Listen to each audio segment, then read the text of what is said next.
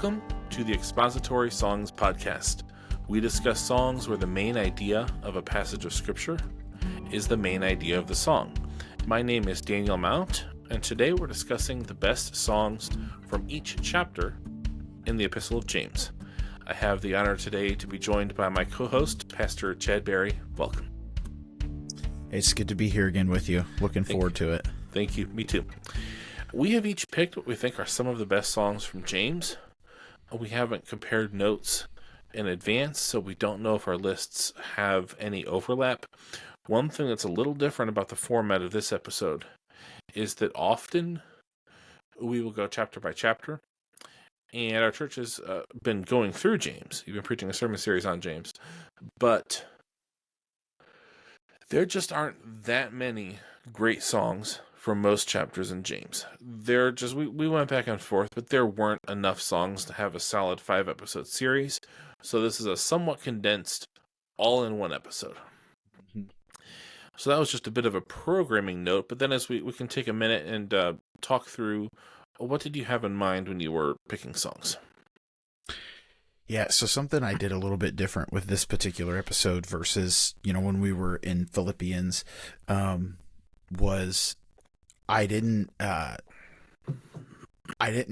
songs on my list, I narrowed it down to 12, are not necessarily the ones that I think are ultimately my favorite or ultimately the best.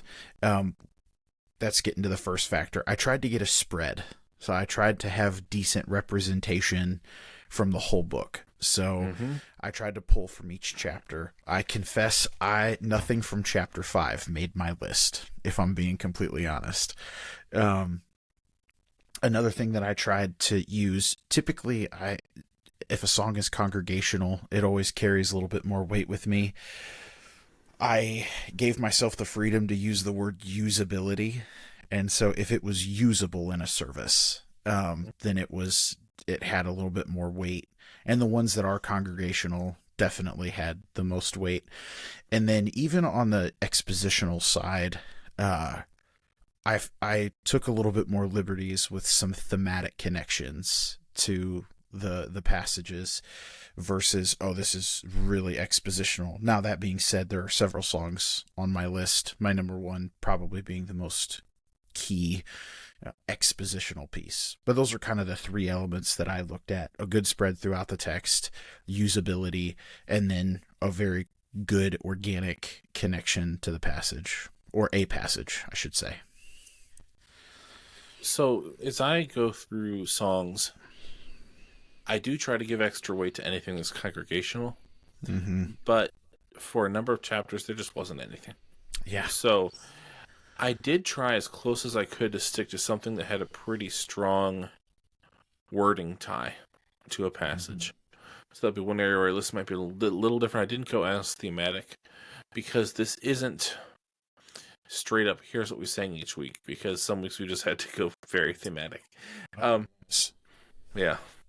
Well, and like not tomorrow, today's Friday, as we're recording this, this coming Sunday, I'll be preaching the first few verses of James 5, which is the warning to the rich. And there's just not a lot written on "Come now, you who are rich, weep and mourn." And I can see why. I mean, I'm not a songwriter, but if I were to put myself in the shoes of a songwriter, I wouldn't automatically be like, that passage, I want to write a song on that text. I think if it were to be done, it would have to pull from a number of other passages and just have more of a passing reference, like the "I have a needle" passage, etc. Yeah, maybe even almost pulling from the "Come as children." You have to come as children if you enter the kingdom of heaven, because children don't have much. Anyhow, I think there could be interesting ways to approach it that could loop that passage in, but it would be hard to be just from that passage, for sure. I think that covers it pretty well. Also, one other little programming note is, in most episodes, we'll do our runner-ups at the end, but just to keep it a little neater, we're going to go chapter by chapter and give our main picks for that chapter, and then give our runners-up for that chapter. jumping right into chapter 1, how many songs do you have from chapter 1? So I've got 4. Wow, from I only chapter have 1. 2. Yeah. So why don't you give your first 2, and then we'll start alternating. Okay. So the first one from chapter 1 that I have is the song Gentle and Lowly by, is it RYM Worship or is it RIM Worship? I think it's RYM because it's short as an acronym for Reformed Youth Ministries. Okay, that makes sense. And since it was all caps, made me think that it was RYM Worship. Yeah. Joel Deegan, who I believe writes most of their material. Mm-hmm. Yeah, this was a new song for me. I had not heard this one. The first section in James, the first 19 verses, is probably my favorite section. It was the section that I probably went through the most methodically in terms of preaching through the book. And the way that he pulls out how he pulls from verse 1 and 19, where he says, "Know this, my beloved brothers, let every person be quick to hear and slow to speak and slow to anger." He has that vice versa, the slow to speak, quick to listen line right in the lyrics. But what I love how he does is the character quality of listening well, being careful with speech, and how that reflects the gentle and lowly character of Jesus that's proclaimed in Matthew 11 when Jesus says, "Come to me, you who are weary and heavy laden, and I will give you rest. For I'm gentle and lowly in heart." So I really appreciated that song. The second one that just a quick comment. Go ahead. RYM Ministries has actually a lot of good songs. They're not a big name, not widely known, but they have a lot of solid entries, dozens and dozens of entries in expository songs, many great references like this one, and then some expositional songs as well. Not a big name, but definitely listen to some of their other material too. It's worth listening to. Yeah, definitely. The second song that I had from James 1 is Doer of Your Word by Glad. And this is one of those ones where it didn't really check the box on usability, because it's kind of got that, it's an a cappella group. I'm a sucker for a good a cappella arrangement. I think it's because I envy those who can do it, because I can't do it. But it's basically the words of James 1:22, to be a doer of the word, almost the exact wording set to music. It's just really good. It's a really fun song. I honestly think that I could probably get away with playing it as an offertory, even in our context. I think some of the older folks would I could see them snapping their fingers along with it. So it is good, and I couldn't help but put it on the list. One note to the listener who might not be familiar with Christian music of the 80s and 90s. This is a Christian a cappella group, GLAD, G-L-A-D. There is another entity of a much less Christian nature that is widely known under this acronym now. Do not confuse them. This is the Christian a cappella group, GLAD. Good distinction. I probably should have led with that. It's fine. All right. So I guess I'll go then, because I only have 2 songs from James 1. One of which is True Religion by Walt Harrah, or Songs of Grace. Written by Walt Harrah, recorded by Songs of Grace. In 2010, the artist Songs of Grace released an album called Here Is Your God, Songs of Grace from the Book of Isaiah. And this song appeared on that album. And it has some thematic ties to Isaiah, but it's mostly drawn from James 1. It was written by Walt Harrah, who's had a long career in songwriting. He's best known for writing a pretty big hit, No More Night, which was first recorded by Glenn Campbell and Kelly Neal and Thompson in the 80s, and then by David Phelps about 20 years ago. Probably David Phelps' biggest song. As he sang it with a Gaither vocal band and in his solo performances. This song draws pretty directly from James 1:27, which verse says, "Pure and undefiled religion before God and the Father is this, to visit orphans and widows in their trouble and to keep oneself unspotted from the world." The song's chorus says, "True religion, pure and faultless, loves the widow, helps the poor, feeds the hungry, aids the orphan, with a heart of Jesus at its core. What are we waiting for?" So, well said. That was one of my runner-ups for chapter 1. I had a hard time cutting that one from the list. It's not super congregational, Mm-hmm. and it's not Walt's best song. Walt's best song is No More Night. There's probably no contest there, but it's a good song. Mm-hmm. All right, what do you have next? So the next one that I have is from James 1:17, which is the every good gift and every perfect gift is coming down from the Father of Lights. With him there is no variation to change, and the song is the same title, Father of Lights, by Celtic Worship. Yeah. I love Celtic Worship as a group. Their stuff is really, really good.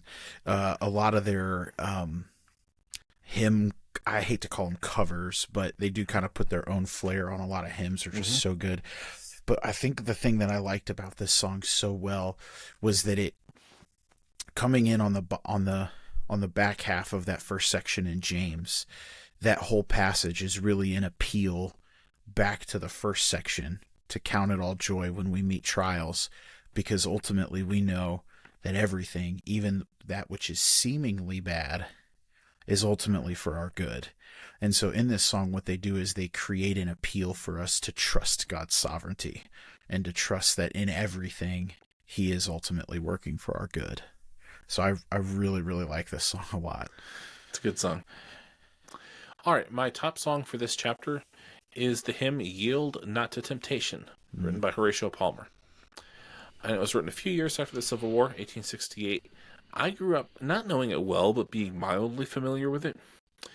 And as I was preparing for this episode, I found, to my surprise, that it's mostly being recorded these days by, some people call it traditional gospel, some people call them black gospel groups. White gospel, for some reason, seems to have forgotten this song. But I would have to agree with our African-American brothers and sisters that this is a hymn that's worth remembering. James 1:12 says, "Blessed is the man who endures temptation, for when he has been approved, he will receive the crown of life, which the Lord has promised to those who love him." Verse 1 says, "Yield not to temptation, for yielding is sin. Each victory will help you some other to win. Fight valiantly onward, evil passions subdue. Look ever to Jesus, he will carry you through." And verse 3 ties it even more closely to our source text, because verse 3 references the second half of the verse. He'll receive the crown of life, which the Lord has promised to those who love him. Verse 3 says, "To him that o'ercometh, God giveth a crown. Through faith we will conquer, though often cast down. He who is our Savior, our strength will renew. Look ever to Jesus, he will carry you through." This song is congregational. It's really my only congregational pick for chapter 1, but it's a congregational hymn that works really well for this chapter. My top pick for chapter 1 was Count It All Joy by Steve and Vikki Cook. Yes. And I'll be honest, the main reason I love that song, I love it, period. Yeah. That passage, "Count it all joy, my brothers, when you meet trials of various kinds," is probably one of the verses in James where there is a pretty good spread of songs that have been written. That particular verse, and I know I'm not in a minority of people when I say this, but it's always been a verse that I have been quick to appeal to in moments of sorrow, in moments of weakness, and I love the way that their piece captures it. And so I had to put it in there. Cool. So we have runners up from this chapter. I have a few, and really I think as I hear your choices, I don't think I gave this chapter enough credit, because I actually considered a lot of the ones you mentioned, for one reason or another, didn't have them in my top few picks. But I think just hearing your choices, I think this chapter is a little bit more strongly represented musically than I thought heading into this podcast. But I have a few I'll just give quick shout-outs to.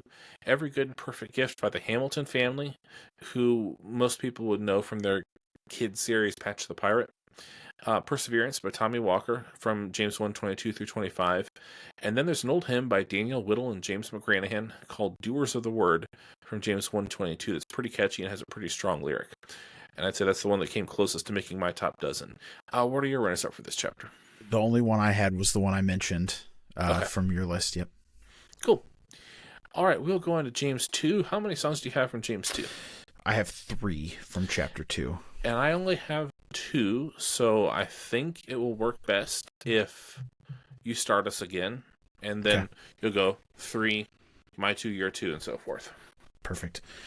So the first one that I have for chapter 2 is from chapter 2, based in chapter 2, verse 8, which says, if you really fulfill the royal law according to the scriptures, you shall love your neighbor as yourself. You are doing well. And the song that I picked for that is Most Merciful God by Greg, I hope I pronounce his last name right, LaFollette. I'm not sure how to say it, but yes. Lafollette for any of the listeners. This was a new song for me as well. And he probably pulls a little bit more from Jesus's command in the Gospels than from James. But I mean, it is quoted pretty directly from Deuteronomy and from the Gospels to love your neighbor as yourself. And I just really, really liked how he married together the theological idea on the heels of, right on the heels of chapter 1 of being a doer of the word. And as he prepares to go into, as the book of James, that is, prepares to go into the section on faith without works is dead. Mm-hmm. And how one of the key ways that we can evidence our faith in Jesus is by loving our neighbor. So I really liked the way that he pulled that out. Neat. So my number 2 pick from this chapter is a Fanny Crosby Ira Sankey hymn called Go and Work. It's a song where the main point of the song is to encourage evangelization, but verse 3 has a pretty direct reference to James 2:18. James 2:18, but someone will say, you have faith and I have works. Show me your faith without your works, and I will show you my faith by my works. And Crosby's lyric says, do we trust him as we ought? Do we live as he has taught? Are we his and his alone? Let our faith by works be shown. It's a passing reference. But there's not that many amazing options for this chapter where something like this is the main idea. And it's good to have in here, I think, because evangelization is one of the most important areas where we show our faith by our works. So I think it's a solid hymn in that regard. And it is in classic Fanny Crosby style because she had memorized so much of Scripture. Yeah. She occasionally had a passage as the main idea of her song, but because her knowledge of Scripture is so encyclopedic, she has short, clear references like this constantly in her hymns, and this is a classic example of how her hymn will pull in a passage that many other hymn writers never use, but she uses really well here. Yeah, she's great. She's one of my favorite hymn writers. Yeah, she's one of the best. The next song that I have from chapter 2 pulls from chapter 2 in verse 13, where James writes and says, "For judgment is without mercy to one who has shown no mercy, and mercy triumphs over judgment." And it's a Stuart Townend song, "Come to Us." And what I appreciated about this song in particular was the call for the church to be filled and to be met by God, to be met by the Holy Spirit. And this is one of those songs where it's a very loose thematic connection. Like if you read through the lyrics of Townend's piece, it's like, okay, I see where you're getting at, but it's definitely a loose connection. Yeah. But one of the things that I appreciated about this song so much and why I put it on the list was really the last stanza where he talks about come to the politician, come to the refugee, come to this and that and this person and that person. He lists off all these different types and classes of people. And it really does help us to see that justice doesn't discriminate, and the justice of God doesn't discriminate. Either God's justice has been satisfied on the shoulders of Jesus on the cross, or it's going to be shouldered on those spending an eternity in hell who die separated from God's grace. And the thrust of showing mercy to others is because of the mercy that we have received. And really, really cutting down any kind of dividing wall of hostility, to borrow Paul's language, was what really kind of drew me into that song. Yes. My number 1 for this chapter is from James 2:14 and onwards. Screen Door by Rich Mullins. It's not congregational, and it would push the limits. So great. It is. It's just, it would push the limits of what many churches would accept as a special music, to be honest.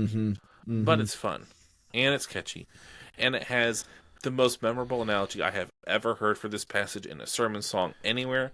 I can barely speak these words. It's hard not to sing them. Faith without works is like a song you can't sing. It's about as useless as a screen door on a submarine.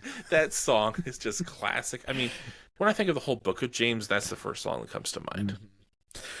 When I preached through that section in James.True, I came so close to using that as the offertory song that Sunday. We should have you seen the videos where Rich and his band did the cups as percussion? Yep. You and I and one or two other people doing cups as percussion and singing it would have been different, but everybody would have remembered it. It's been a lot of fun. Sure. That's for sure. Maybe we should still do it one of these days. Yeah, I'm in. Let's do it. Yeah. So I actually, before I mention my number one song, I'll go ahead and plug this in. I had Rich's Screen Door as a runner-up for chapter 2. The one that I picked was Before Your Eyes by John Thurlow, and it's connected to primarily to James 2:14, where he simply says, "What good is it, my brothers, if someone says he has faith but does not have works? Can that faith save him?" And what he does in that song that I really appreciate is, it's easy sometimes, I think, for people to go to a passage like James 2, and that we know all the debates in Reformed and non-Reformed circles, and all the conflict between people like John MacArthur and Zane Hodges, and about the interpretations of James 2. We all know that it's not proclaiming that we're saved by works, but sometimes it is easy for us to fall into the trench of, well, I do this, I do this, I do this. And what Thurlow does in this song that I like so much is he carries those same concepts and he bridges it to the idea of remembering that ultimately, as we do those things, we're doing them before the Lord. And so it's a forced heart check of, we're doing these good works, but if we're just doing them for ourselves and to show our fellow man, like, well, look how great of a person I am, how good are they? But when we remember that we're living before the Lord and ultimately working for the Lord, it makes all the difference in the world. Well said. So was Screen Door your only runner-up for James 2, or do you have other ones you got to give a shout-out to? I believe that was my only runner-up for James 2. And I didn't have any runners-up. Okay. Yep, so on to James 3 we go. How many songs do you have for James 3? I only have one from James 3. All right, and I have 2. Okay, this is just like a passing thing. I think I probably pushed a little harder to ballads throughout the book of a song. There were several of these chapters where, in particular, I could have pulled more than half of my songs from chapter 4 and been quite content. Same. If we were doing 12, I could have done 8 from 4 and skipped several other chapters altogether. But in this chapter, as well as a couple of the others, chapter 5 is another example. I pulled songs that I may not have pulled otherwise because I wanted to get a song, preferably 2 from each chapter where I could. So I do have 2 here. So I think I'll go. That means I'll go first. And my number 2 pick is a song called "My Tongue" in parentheses James by Caroline Cobb. In the year leading up to her 30th birthday, she challenged herself to write a song from every book of the Bible over the course of the year. And this was her song from James, focused on this chapter, chapter 3. Some of her other songs from that year of writing launched her musical career, turning it from a hobby into a really strong presence now in Christian music. This wasn't one of the core songs that she still performs today, and it hasn't made its way to any of her albums. But she still has the demo up on Bandcamp, and that's what I pinned a link to in the show notes. Even if it's not one of the top 5 songs she wrote that year, it's still one of the best songs from James. And from one of the best songs from James 3. It's very good, thought-provoking lyrics. So that's the one song that I picked from James 3. Neat. Was Let's the same song. On it, was My Tongue. You're up anyhow. And not only is it the top song that I have from James 3, but I have my list in order of, not order chapter by chapter, but order from 12 to 1. Okay. It's actually the number 1 song on my list. Really? If I were to pick a favorite. And I think the reason, I'll just be honest, the reason why it resonated so much with me is because I know my own tendency to misuse my tongue. And I love how she uses the first person. My tongue, my lips can't contain its power. she makes it very personal. And sometimes I think it's easy for us, especially on a passage like that, where, I mean, if we're all being honest, we all know that we have a tendency to misuse our mouths. But to then have that made very personal, I found it really helpful and really convicting. And yeah, while Carolyn Cobb's music is more folksy, which obviously that's her intention. I think that this one could very easily be congregational and could be sung. It's definitely usable. Yeah, definitely usable. And definitely I think anybody who's, especially in a contemporary context, could get away with doing this song. And I even think in our context, I think this is a song that I could probably introduce to our congregation on a Sunday if I'm ever leading from the guitar, because it would flow naturally. But yeah, I just want to put a plug in for her music in general. It's only been since doing this podcast with you that I've been introduced to her music, and it's so good. I mean, she's just so thoughtful in her lyrics. It's just her Psalms album in particular is just really incredible. So a little small plug in there for Carolyn Cobb. No, I totally agree. She's from a similar theological background as us, I believe, because I believe she's also part of the Reformed Baptist Church. And she's potentially on her way to being the female Michael Card of her generation. Which is high praise, because there are very few people doing what Michael Card was doing in the 80s and 90s. But she's doing songs that are expositional, but also one key thing that practically only Michael Card did. Of a lot of her songs are what Michael Card's term is biblical imagination songs, imagining yourself in the shoes of people in that context.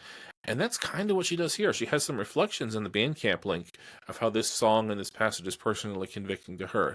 Yeah. And so some of that put yourself in the shoes of the passage imagination really helped this song, I think. So I have one other song from James.True, and it's a song I actually really like. And I might even try to find a way to do an episode feature on this if I can get in touch with the writer. It's a song called A Living Faith by Darby Hughes. He is a modern hymn writer as well, not as well known as Carolyn Cobb, but definitely a smaller, newer, independent, smaller as far as recognition, newer independent hymn writer, but he's written some great pieces, and this is one of them.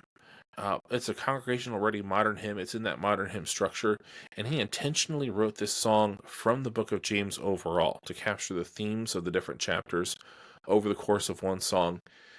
It's such a good song that I needed to shout it out somewhere in this episode. Its structure is like, verse 1 is let our faith be seen, verse 2 let our faith be felt, and then in verse 3 let our faith be heard in the words we say, in the silent grace of a tongue that's tamed.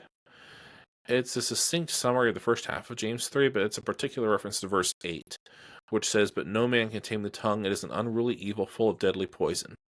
I think the recording of the song is kind of tame, kind of low-key, but almost if one can look past the recorded version, I think it's a song that congregations would sing and sing well. I think it was written not to be this amazing artist piece, but to be a good congregational song, which I think it is.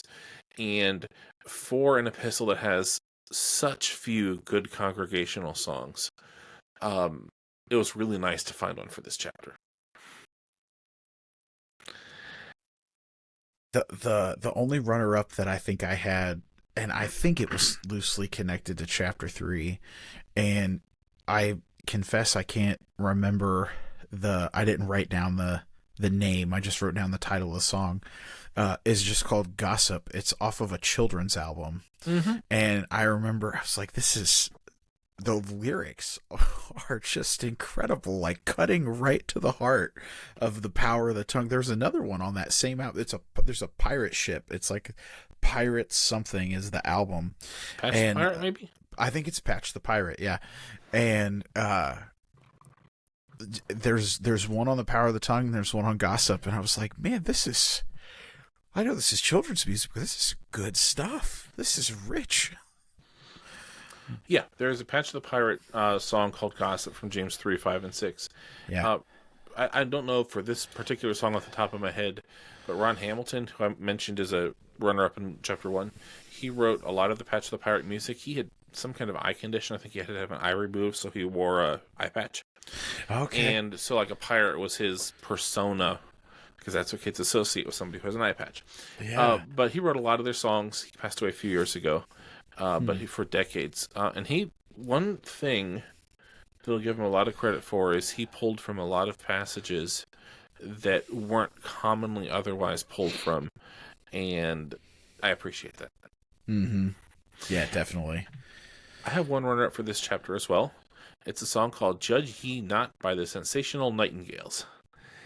They are a traditional black gospel artist. I think they must have somebody in the group who writes a lot of their own material, because they have quite a few songs with real scriptural depth that are within the black gospel style, but just have a lot of meat to the lyrics.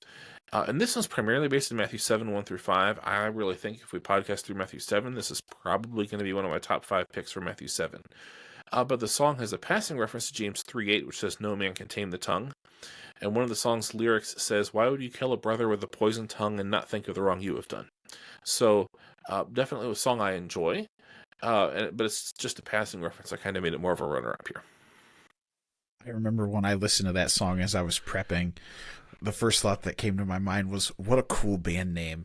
The Sensational Nightingales. That's awesome. It's a very good band name. It's incredible.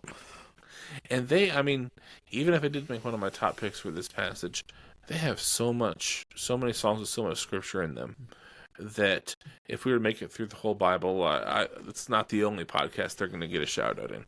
Lord willing. All right, how many songs do you have for James 4? I have 4 for chapter 4.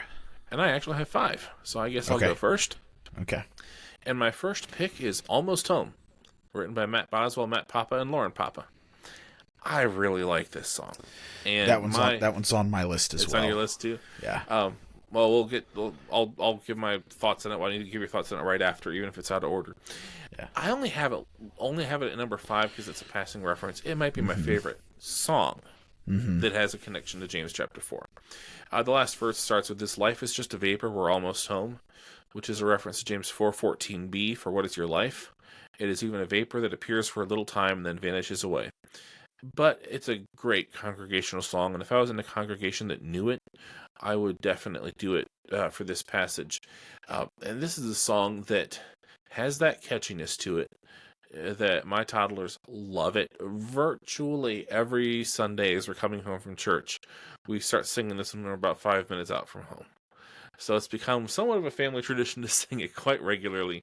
I love this song. So it's on your list too. How high did you have it? Yeah, so it would have been number 2 of 4. So like it going from bottom to top. So number 4. So I guess technically it would be number 3. Yeah. In terms of James 4. And again, I had it lower because it is more of a passing reference.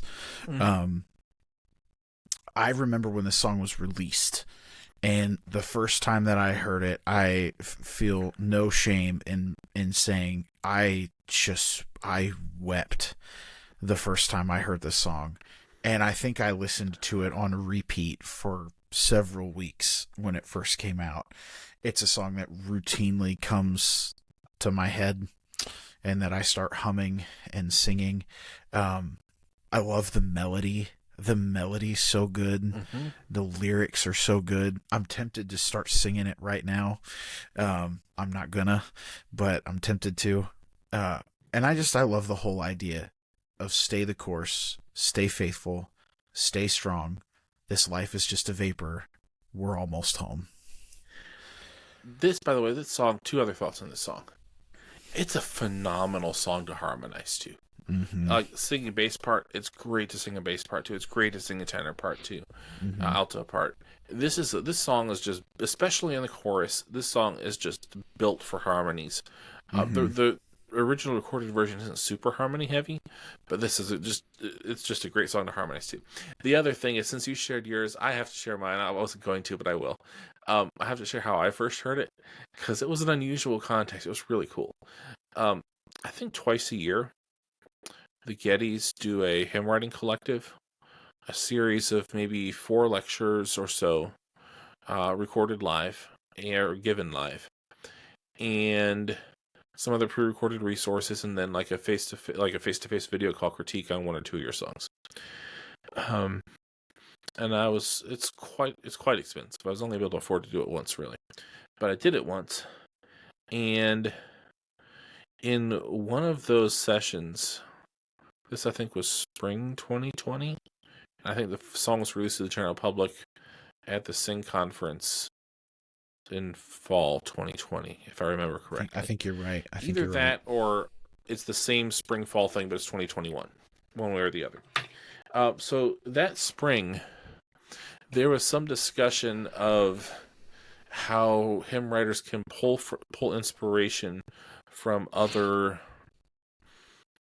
genres of music that are maybe outside of your comfort zone, and how it can push you to cool places. And they mentioned how the sea shanty was something that was really trending at that point. There's a song called The Wellerman that was just viral on TikTok and then moved from TikTok to other platforms about that time. And they said,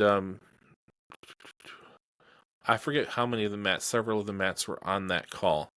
And they said they've been working on one. They're like, hey, I'll just play it for you. And they actually played for us on that call a demo of the song before the final recording was even done. Oh, that's cool. So that was so cool to have an early listen. And as soon as I heard it, I was like, that song's going somewhere. There's something special to that one.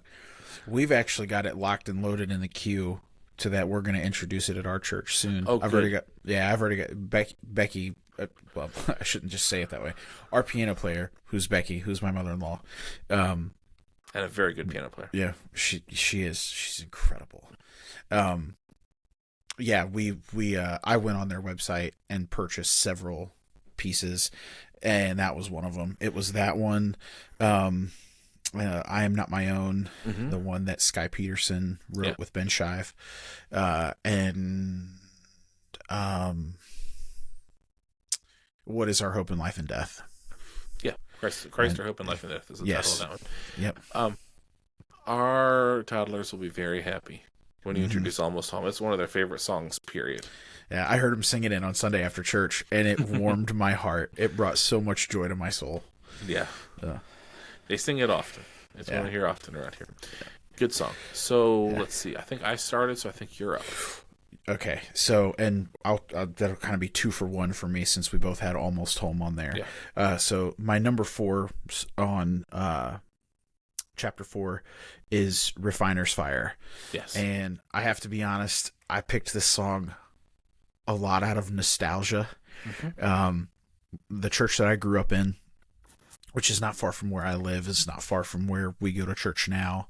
The guy who is still the pastor there and has been the pastor there for the last 2 decades plus, took the church from an all hymns to more of a blended context. And this was one of the songs that kind of helped bridge that gap that a lot of people liked. And I really loved it when I first heard it. It's a very simple chorus, but it's gripping. And it's based out of James 4:8.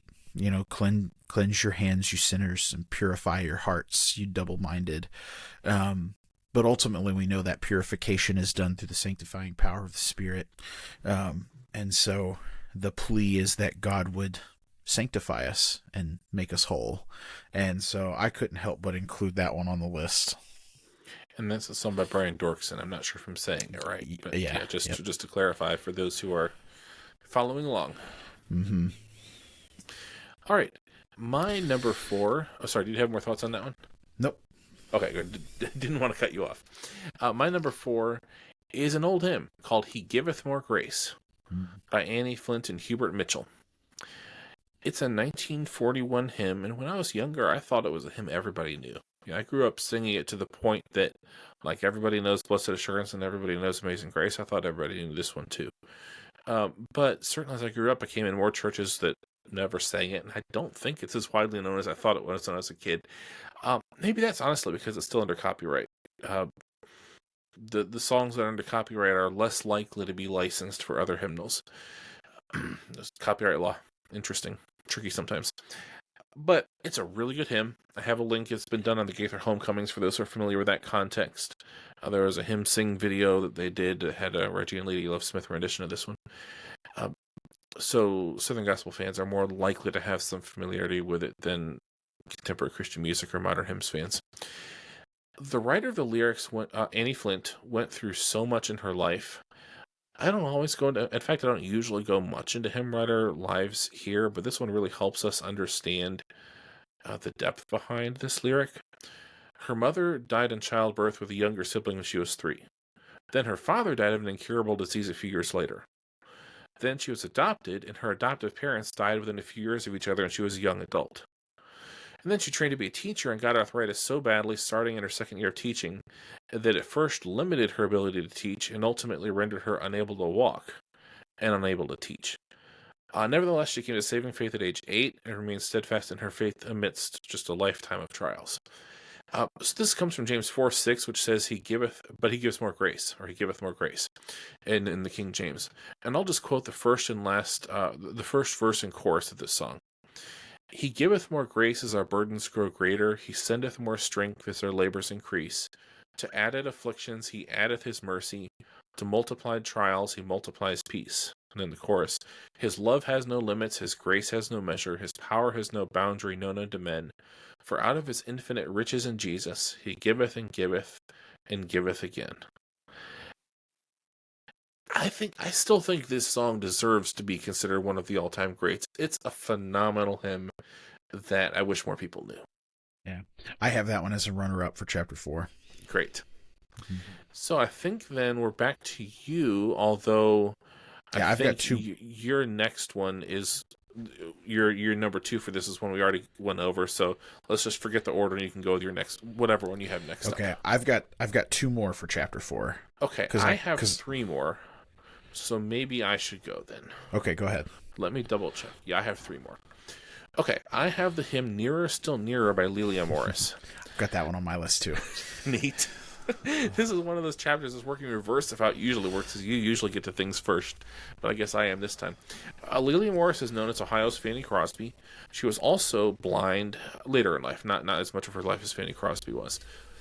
And also a Methodist hymn writer in the late 1800s. This song is connected to James 4:8, "Draw near to God, and he will draw near to you. Nearer, still nearer, Lord, to be thine. Sin with its follies I gladly resign. All of its pleasures, pomp and its pride, give me but Jesus, my Lord crucified. Give me but Jesus, my Lord crucified." A phenomenal hymn. So it's on your list too. It is, and we sang it. We sang it when I preached that section. We did. In James 4. I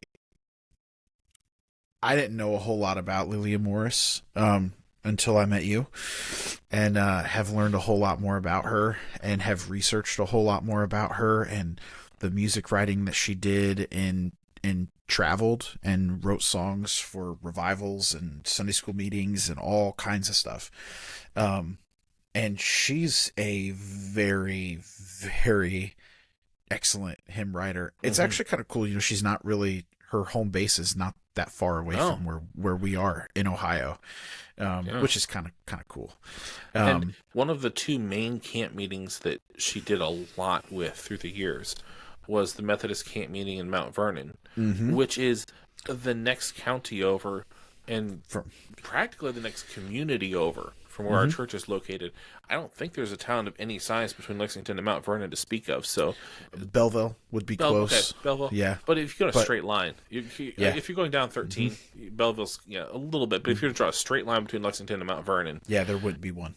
So it's pretty close. Yeah, and it's only like 35 minutes, 40 minutes. So it's kind of cool, the connection. And this hymn in particular is the melody too. I thought about saying something about it. It just, the way that it soars. I was as you were reading the lyrics, I was having a hard time not humming the melody, and just the melody communicates the mood of the words so perfectly. So yeah, I believe was the melody Kirkpatrick, or was it? I can't remember. Let me see here. Let me see if I have that handy.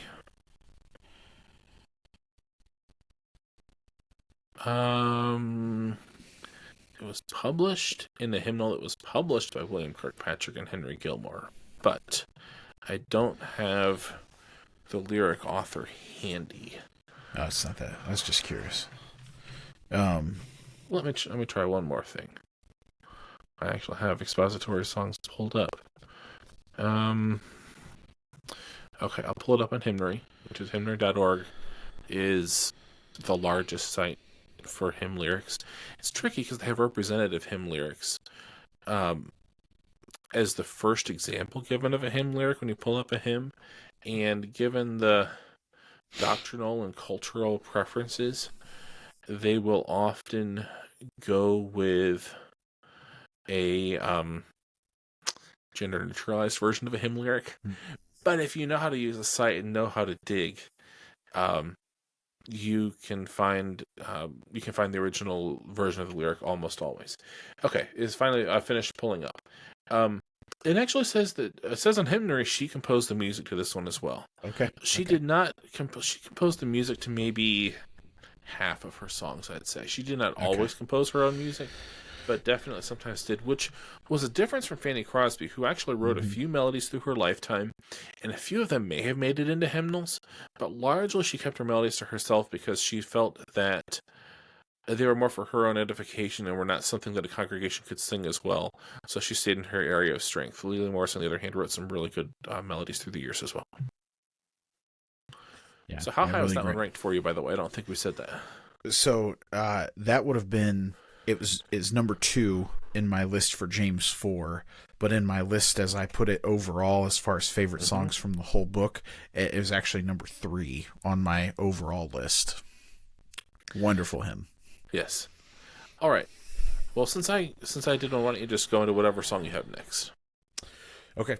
So my number 1 song from James 4, which would be my number 2 song on my overall list, is All Glory Be to Christ. Okay. The connection is slightly more passing, so the connection to James 4:14, I believe it's 4:14, where it says, "What is your life?" It's a mist that vanishes here today and gone tomorrow, and so it's a little bit more organically connected than Almost Home, because the opening line of All Glory Be to Christ is there's the line that says, "Tell me what is your life, a mist that vanishes at dawn, all glory be to Christ." It starts by, "To you who boast tomorrow's gain." I couldn't remember it off the top of my head. "To you who boast tomorrow's gain, tell me what is your life, a mist that vanishes at dawn, all glory be to Christ." It's almost word for word. Yeah. It's the concept is very much the same. That's one of my favorite songs of all time. It's set to the tune of Old Lang Syne, for anybody who's not familiar with it. We sing it at our church fairly frequently. And it's almost like an anthem for life, that we're here today, gone tomorrow, that our aim in the section, in the second set of verses, that our aim is to love the Lord and to love those around us, to receive him as our bread of life, and to share the life that he gives with those we come in contact with, and then to anticipate his coming. And all the while that we are living this life, that our proclamation is that we do it to the glory of Jesus. I love this song. Originally set in the lyrics were written by it's the King's MHM now, but formerly known as King's Kaleidoscope. Marcel. Marcel. Wonderful piece of music. Yeah. I actually have 2 more songs for this chapter before we move on to chapter 5. Since you don't have any for chapter 5, I guess other than runners up, I have the last 3. I guess I didn't plan that too well. Oh well. That's all right. But I have from James 4:12. My second to top song from this chapter is a song called "Christ is Able," or "Christ is Able to Save," written by Tommy Walker and Mike Harland. and recorded by Charles Billingsley and Tommy Walker. And then a Southern Gospel group called the McCameys did it on their final album. And this song has several scripture passages which support its title and theme that Christ is able to save. There's a video of a live performance on YouTube from one of the co-writers, Tommy Walker, where in that video they quoted one of the other inspiration verses, Hebrews 7:25, which says, "Therefore he is also able to save to the uttermost those who come to God through him, since he always lives to make intercession for them." So the author probably saw the strongest tie to that passage. But this theme of Christ being able to save is also comes up in James 1:12, which says, "There is one lawgiver who is able to save and to destroy." This is a really good congregational song, and it could probably be considered a modern hymn. Whether you're going through Hebrews 7, James 4, or for that matter, many other texts, it's just an excellent song. I think the first version I heard was the McCameys version, which is they're from deep in the mountains of Tennessee. I have very much an Appalachian twang to the way they sing. It was very simple. They actually sang it they didn't sing it like a modern hymn. They sang it like a Fanny Crosby hymn. And to hear it sung like a Fanny Crosby hymn, it made me love it even more. It's a song that works well with the praise band and the big build, like Charles Billingsley and Tommy Walker do it. But when everything else is stripped away and you have your piano, maybe a bass guitar, maybe a bit of drums, sung in harmony like a Fanny Crosby hymn, this song just shines in that context too. Yeah. And then my number one for James 4 is "I Am Thine, O Lord," also known as "Draw Me Nearer" by Fanny Crosby and William Doane. Earlier, we both referenced James 4:8, "Draw near to God and he will draw near to you." And I mentioned a song by Ohio's Fanny Crosby, Lelia Morris. It's one of the best songs from this chapter. To which some of you listening along at home were probably thinking, well, the Fanny Crosby also wrote one of her best songs from this same passage. And she did. And the only reason I didn't talk about it when I was talking about Ohio's Fanny Crosby writing a song from this chapter was because I was saving it for number one for this chapter. "Draw me nearer, nearer, nearer, blessed Lord, to the cross where thou hast died. Draw me nearer, nearer, nearer, blessed Lord, to thy precious bleeding side." And I would say probably the verse of the song that's most closely tied to our text, although it's somewhat thematic, is verse 3. "Oh, the pure delight of a single hour that before thy throne I spend, when I kneel in prayer, and with thee, my God, I commune as friend with friend." It's a good song. All right, do you have some more runner-ups for chapter 4? Yeah, so the only runner-up for chapter 4 that I'll mention is "Draw Me Nearer, I Am Thine, O Lord" by Fanny Crosby. And I'll be honest, the only reason why I didn't have it on the list was because I decided, okay, I'll pick one of the two great hymns from 4:8. Because we sang, when I preached that section of James 4, we also sang "Draw Me Nearer" that Sunday. Yeah. I love that hymn. And so I decided to keep it as a runner-up. I like Nearer, Still Nearer better, just as a personal selection. And so it had, for anybody who's like, how could he not pick the Fanny Crosby hymn? It was simply out of preference. And it's not because I don't like it. It was just, okay, I'll pick one of the two. Because as I was narrowing my list down, I was like, I gotta trim, because otherwise I'm going to end up with all 12 songs from chapter 4. and so I was like, okay, well, I'm only going to go with one from 4:8, and I went with Lelia Morris's "Nearer, Still Nearer." Really, most of my trimming process, I thought out in one order or another, I thought I was going to have those 1 and 2 for the chapter. Because for me, they're both just such well-known, such good hymns that if I can pick, like I have some runner-ups too. I have Mark Altrogi's "Draw Near to You." Yep. Sovereign Grace Music 90s. It's in the 90s. It's a great song, but Sovereign Grace just doesn't put out as many resources for their 90s songs, so it's a little harder to get good material on it. And then "Humble Thyself in the Sight of the Lord" by the Maranatha Singers, written by Bob Hudson. So I have some runner-ups for this passage, and I could have done several more runners-up. But for me, there's such a value to congregational songs that people know. And when you have multiple good congregational songs that are widely known from a passage, Like they were going to be number one and number two, except that the more I listened to it, the more Christ is able to say just grew on me. I'm like, okay, I have to throw up that one. I'm throwing up that one up there in the top three also. But yeah, these are both great. All right, I have one song from James 5. A little bit more of a challenge because there isn't that much great to pull from, but there is one I kind of like. And it helps the years I spent writing about and then working in the Southern Gospel field definitely helped me here as far as familiarity with it. There's a song called The Effectual Fervent Prayer, written by Joyce Martin McCullough, and who was one of the three members of the sibling trio, the Martins, who, as the years went on, ultimately had a fair amount of CCM radio success also. Late 90s, early 2000s, you could hear them both on Southern Gospel and CCM radio. But this was more an early 90s song for them before CCM radio really picked them up. So it's a song that really only the Southern Gospel side knows. It comes from James 5:16-18. Confess your trespasses one to another and pray for one another that you may be healed. The effective, or if you're King James Version, the effectual fervent prayer of a righteous man availeth much. Elijah was a man with a nature like ours, and he prayed earnestly that it would not rain. And it did not rain on the land for 3 years and 6 months. And he prayed again, and the heaven gave rain, and the earth produced its fruit. I really like this song. It's a good song from these verses. In a chapter like Philippians 2 or 1 John 4, where we just have an abundance of excellent songs, I could see a world where it might not be a top 5 song. But there are so few good songs from James 5 that it was pretty clearly going to be my pick for this chapter.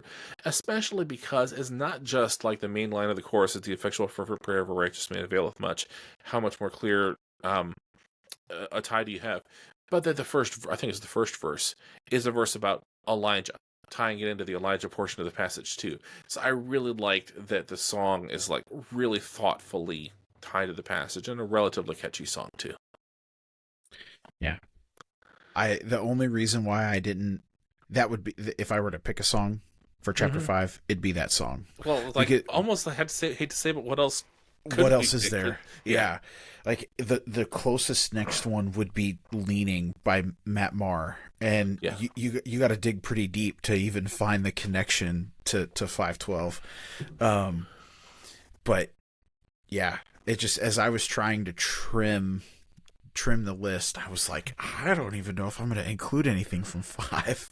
But yeah, if I were to include a song from 5, it absolutely, and plus that's also one of the most well-known passages from James. Yeah. You know, everybody knows the taming of the tongue. Everybody knows count it all joy. Most people know, the every good gift and every perfect gift. Everybody knows faith and works. There's a whole section in the middle that maybe you do, maybe you don't. But then you get to chapter 5. Everybody knows he gives more grace, and everybody knows faithful prayers, especially the King James only, or not necessarily only, but the King James variant. The effectual fervent prayer of a righteous man avails much. Yeah. So it's such a well-known verse in the book. So yeah, if I were to include that, I listed it as a runner-up. I probably should have included it in the list, but I didn't. Hey, we can call it a runner-up. At least we got a runner-up for this chapter, and I think it's fun to both pull the same song. But I'm gonna say fun in one sense. Yeah. What else were we gonna pull? Sadly, yeah. I hope there's more someday, Lord willing. Yeah. All right. So just as like a summary thought, how satisfied are we with the songs from James? We've kind of already covered pretty well which songs we would do, because we've pretty much talked about which songs we did do. We've been through most of James.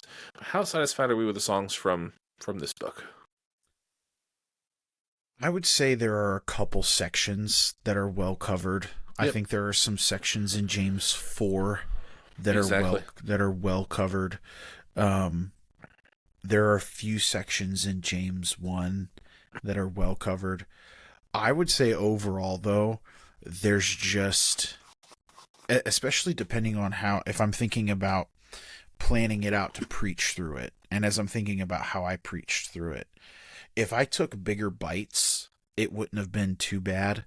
But I caught in your conversation with Cody Curtis, you referenced how there have been several times where I've been like, hey, I'm kind of at a loss for a good hymn for this week. You guys got any suggestions? Yeah. But I have been a little bit more methodical. I've taken smaller bites. Now, if you took big bites, large chunks, you could probably do it pretty easily. But if you take a methodical approach, you're going to be hard pressed, and you're going to be looking pretty deep and digging pretty deep to find songs to coincide. So I would say, without sounding critical, or at least trying to not sound critical, I'd say not very satisfied. Yeah, I agree. I'm not going to say the same thing you said in different words, but I can just say I agree. James 4 is pretty well covered. Several parts of James 4 are pretty well covered. Mm-hmm. Everywhere else, like even James 1, there's some songs that have connections to it. I would love to see more from James 1 even. I think we can do better over time. Especially how rich. I mean, that first section of James 1 is just, it's one of my go-to places as I'm visiting people day in and day out doing hospice visits. It's one of the go-to passages of scripture that I take people who are suffering. And it's just so, those first 18 verses are just so saturated with God's sovereignty and God's care. I mean, it's a gold mine in many ways. I feel like that's a little untapped for really good expositional music and congregational music for that chapter. So I can phrase our overall summary of what we think of the options we currently have from this book a different way. Those who've listened to our episodes through Philippians in particular know how fond we both are of the Solos music. So let's say a few years from now, Solos has a James album, and it's time to come up with a dozen songs again. How many songs from this list are so good that they're going to still make our top 12 even after that Solos albums come out? I would say that probably at least half of my list would probably be supplanted by Solos. A real chance at it. Yeah. I mean, I think there's only like 3 or 4 songs for me that I would say I'm probably going to have in that same list. Solos, and hopefully like maybe Caroline Cobb will write some more songs from this chapter book, and other great songwriters. Not just Solos, it's just if they come up with a whole album, then in one burst we'll get a good representation. But if some of the great songwriters of this generation really tackle James, even if it's a novelty number, I'm still probably shouting out Screen Door because it is so memorable. I've known it my whole life at this point. I couldn't imagine not shouting out Nearer Still Nearer and I Am Thine, O Lord. Decent chance I'd still be shouting out Christ is able to save and He giveth more grace, maybe even Almost Home. Like, I kind of feel like all 5 of the songs I gave for James 4 I have a real shot at. But I'd say there's only 3 songs on my list that I'm like, I couldn't imagine doing an episode like this at any point in my life and not including. There's songs, a lot of songs, not to put down any of the other songs, there's songs I like that we've covered here. But I say that as a room for opportunity. If good songwriters write more good songs, and we revisit James in 5 or 10 years, I really hope we can do an episode on each chapter. Yeah. That would be nice. Yeah. Because there's material. Content. It's not like it's not singable stuff. Yeah, that's exactly what I was about to say. Great. Yeah. Sorry. It's not like trying to, write through a lineage. So, exactly. Yeah. Which is not going to happen unless you're Andrew Peterson, and then maybe you can pull it off. Yeah. Yeah. Very true. All right. Well, as we move toward wrapping up, maybe we can give a quick shout out to your book, where people can follow you online.